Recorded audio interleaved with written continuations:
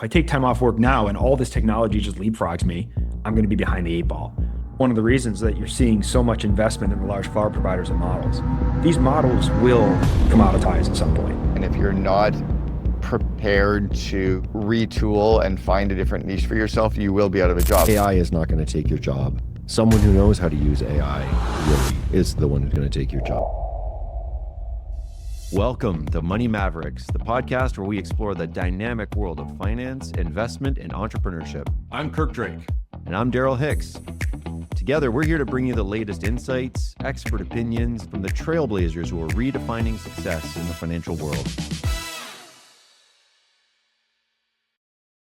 Our job as a leader is to grow people. So it's to take our team and to grow their skills, their confidence, and their connections so that they can actually do more. But if all we care about is the company, they just feel like, a cog in a wheel, or they just feel like a part of our dream and that we're not a part of theirs. So our job is to give them the systems, give them the training. It's going to make them more productive. It's going to make them happier. It's going to make them feel cared about.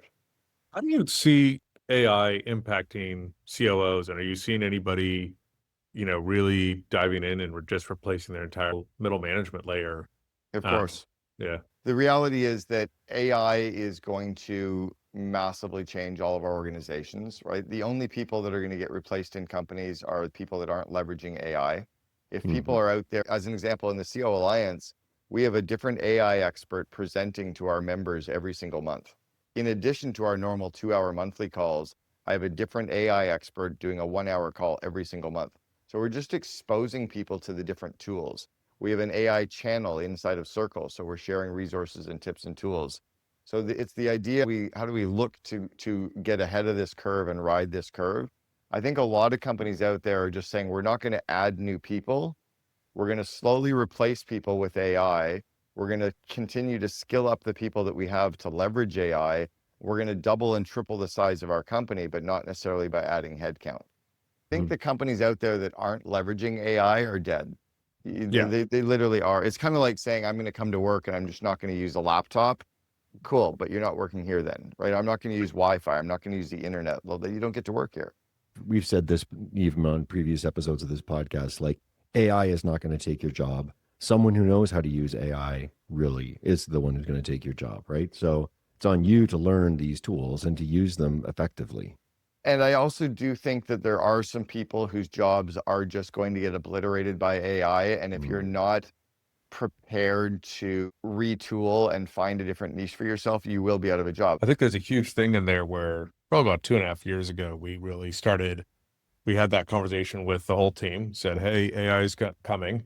If you're the ones that don't embrace it, you're the ones that are not going to have jobs. But if you guys, jump on and we start learning together, and we just set up a bi-weekly meeting where everybody brings things and we try them and fail and laugh and, figure it out.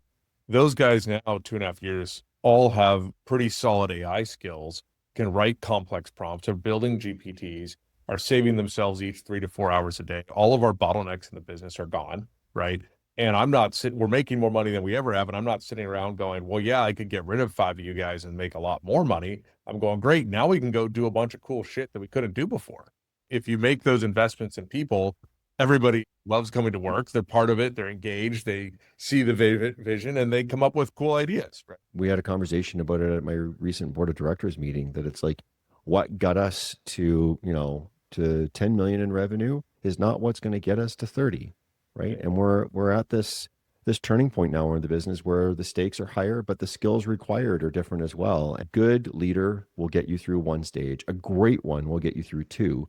But it's a truly rare unicorn that will get you through 3 stages, right? And a stage for him is doubling of the size of the company. So a good mid-level person, if you're a $5 million company, can probably be the manager at 10 million. They can probably be the manager at 20, but it's likely impossible that they can still be that manager at 40, because the company is now 8 times different over that course of the 3 doubles. So your goal is to grow their skills and their confidence and their connections so they can take on more. But most companies miss that, and then they're constantly having to rehire, or they're bringing people in from the outside.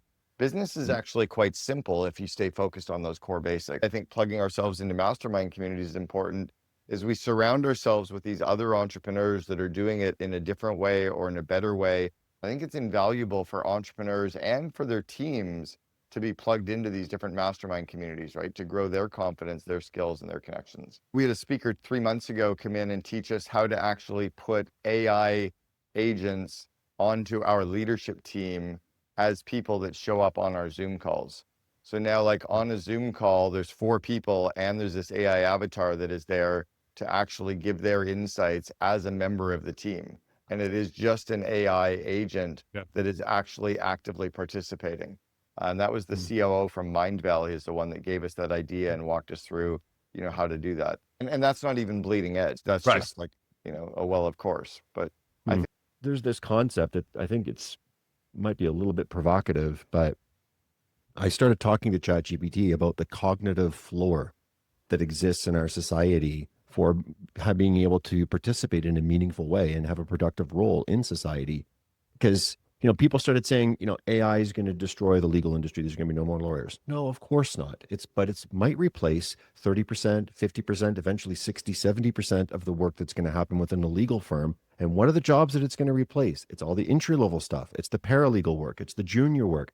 The most senior people that are really dealing with creative issues, they're going to remain. People would say, oh, AI is going to destroy the accounting industry. No, it's not. It's going to eat away 30, 50, maybe eventually 60% of the accounting industry. But what roles is it going to take? It's all the entry level stuff. It's the perfunctory. It's the rote that's going to disappear. And so, we don't have people pumping gas, and we're not going to have people working at McDonald's for very much longer, and we're not going to have Uber drivers anymore. It's all the entry level sort of like simplified work, the simple work that's going to go first. And so, so we had this conversation with ChatGPT, like what is the minimum IQ that's required in order to, be able to participate meaningfully in a productive way in our economy in the Western world. And it's at a number right now that represents, you've got easily 10 to 15% of the population that fall below that number who are going to really, really struggle. But the forecasting that we were doing on this, and we went by discipline across all these industries, it's like the massive long thread that I can share with you if you want to see it. Its estimation was we're about 3 to 5 years away that the cognitive floor, the platform it's going to represent about 28 to 30% of the human population within 3 to 5 years. And these are people that I don't know if and what kind of a society do we have? On Money Mavericks, we don't just talk about making money. We explore the innovative strategies and bold decisions that drive real change. Whether you're an experienced investor, a budding entrepreneur, or just someone looking to make smarter financial choices, we've got something for you. Every week, we're going to sit down with industry leaders, visionaries, and mavericks who share their journeys, challenges, and breakthroughs, from contrarian views on market trends to the secrets behind building a successful startup. You get an inside look at what it takes to thrive in today's economy. And we promise to keep it real, engaging, and most importantly, actionable. No jargon, no fluff. Just straightforward conversations that you can apply to your own financial journey. So get ready to challenge your thinking, expand your knowledge, and take control of your financial future. This is Money Mavericks, where we turn financial dreams into realities and mavericks into legends. With AI, it's even more prescient than ever before. I think the technology is changing so fast. Speed and adaptability. Speed and adaptability becomes the most important aspect. Can we create a technological moat? Maybe, but if you do, the technology might leapfrog it by the time you actually get a product out to market. I'm sort of sharing early stage thinking. I've not thought super deeply about this yet or asked any experts. Well, it's an interesting reverse question of that is if using AI today, would Amazon, Google, Microsoft, Apple been able to create the moats in the first place? Yeah. Right. I don't know. I feel like the speed of which you'd have to do that is so much faster today. I think it's also one of the reasons that you're seeing so much investment in the large cloud providers and models. Investments in Anthropic, investments in OpenAI. These models will commoditize at some point. I did have one the other day that blew my mind. I was working on a project and I had an architect a financial model that was 10 or 12 tabs deep in a spreadsheet, very complicated. Spent maybe 40 hours perfecting this model to analyze those different scenarios. And then 6 months had gone by and I needed to update something in it. I went back the original prompt and just asked a couple questions, and it spit out a spreadsheet that was, basically 2/3 the model that I had built the first try in about 2 minutes. And I was like, holy crap, this thing just leveled up, right? Like, Yeah. Are there any benchmarks that you think that you'd like to retire, or any that you think we should keep? Any benchmarks? Well, I don't know if this would qualify as a benchmark, but any programmer that doesn't want to use AI to program, just let them go.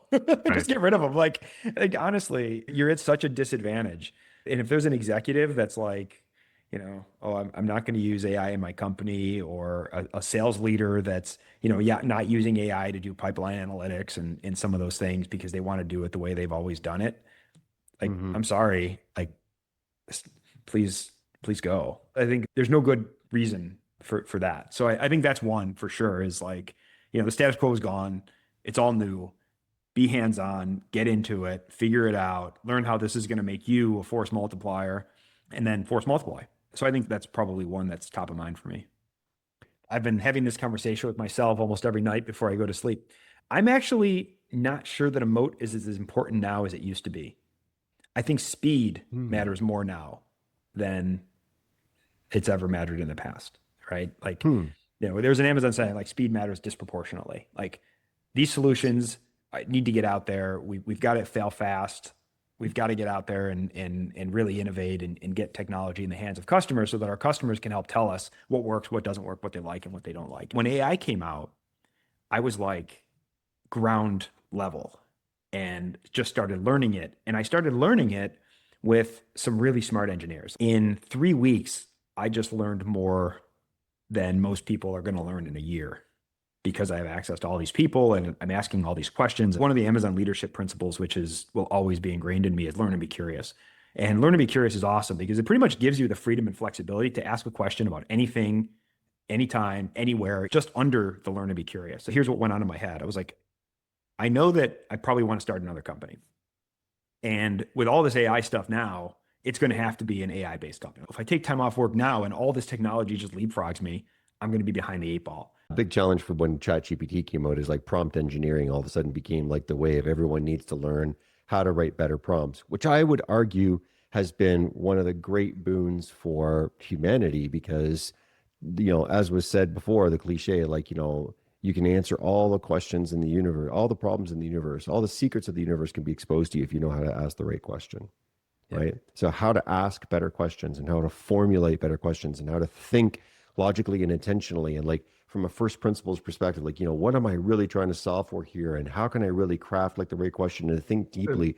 One of my favorite prompts with the LLMs is always to say, ask me clarifying questions before you give me the answer. And it's so good with like, oh man, now I hadn't really thought about that. And every time I thing. skip, do you think we end up with one big AI winner, the way we have one big smartphone winner and one big corporate software winner and one big search winner, right? Like Visa and MasterCard, who own like almost all the payments. Yeah. It's a really interesting question. I think no. I mean, in the fullness of time, maybe. Like, but in we don't have a big internet winner. I mean, like if you look at it that way, right? Like, yeah. Technology. In the next 5 or 10 years, I think there's going to be an awful lot of models. I also toil with this question on purpose-fit solutions versus generic solutions. Chat is a really good generic solution. I've actually been thinking, so I took almost 3 months off and I was like, just thinking about stuff, which was pretty awesome. And I also happened to be on a boat for a big chunk of time. And I started asking ChatGPT questions about my boat. ChatGPT knows nothing about my boat, right? A generic model in chat can't really help me. It can help me generically, but it doesn't know that I've got a generic model like chat can't really help me unless it can learn all of my environments. This is where agents are going to go a long way, right? Because like the reliance on us to write prompts, that'll be gone soon. Yeah. The agents are going to do the prompting, right? Thanks for tuning into this episode of Money Mavericks. We hope you found it insightful and inspiring. Don't forget to subscribe, like, and leave a review on your favorite podcast platform. And be sure to share this episode with someone who needs to hear it. Stay connected with us on social media and visit our website for exclusive resources, episode transcripts, and more. Until next time, keep pushing the boundaries, making smart moves, and turning your financial dreams into realities. You've been listening to Money Mavericks, where Mavericks become legends.